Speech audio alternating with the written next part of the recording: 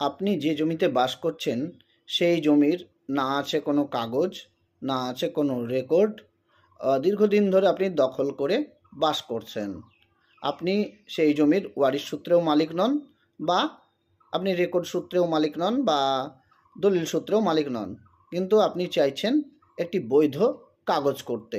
এটা কি সম্ভব হবে?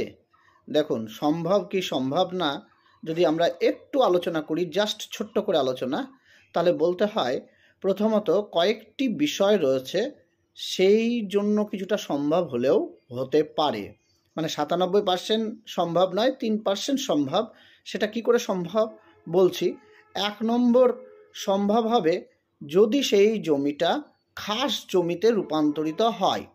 অর্থাৎ কাউরির ব্যক্তিগত সম্পত্তি ছিল, আপনি দীর্ঘদিন ধরে দখল করে আছেন, সেই সম্পত্তিটা কোনোভাবে খাস হলো, অর্থাৎ সরকার অধিগ্রহণ করে নিয়েছে।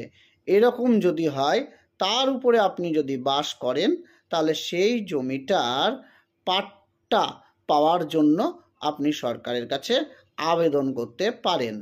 অর্থাৎ 1 নম্বর, যদি খতিয়ানে অর্থাৎ খাস জমিতে রূপান্তরিত হয় তবেই। আর কাউরির ব্যক্তিগত সম্পত্তি থাকলে সেইটা আপনি কিন্তু পাট্টাতে বলতে পারবেন না যে আমাকে পাট্টা দেওয়া হোক। আর 2 নম্বর যে উপায়টা, সেটা হলো সেই জমি যদি ব্যক্তিগত কাউরির থাকে, সেটা যদি খাসও না হয়, তবুও আপনি সেই জমির জন্য মানে বৈধ কাগজপত্রের জন্য আরেকটা আইন আপনি সেখানে বলতে পারবেন, সেটা হলো হোমস্টিড ল, অর্থাৎ বাস্তু অধিগ্রহণ আইন। মানে যারই জমি হোক না কেন, ব্যক্তিগত হোক না কেন, সেই তার ব্যক্তিগত জমির ওপরেও আপনি কিন্তু বাস্তু অধিগ্রহণ আইন অনুসারে তার একটা কাগজও করিয়ে নিতে পারবেন। কিন্তু কথাটা বলা যতটা সহজ, বিষয়টা ততটা সহজ নয়। সেই জমি বাস্তু অধিগ্রহণ আইনে যদি আপনি পান, তাহলে কিন্তু মনে রাখবেন সেই জমি আপনি বিক্রি করতে পারবেন না, বা কোনো হস্তান্তরযোগ্য নহে, অর্থাৎ ট্রান্সফার করতে পারবেন না সেই জমি।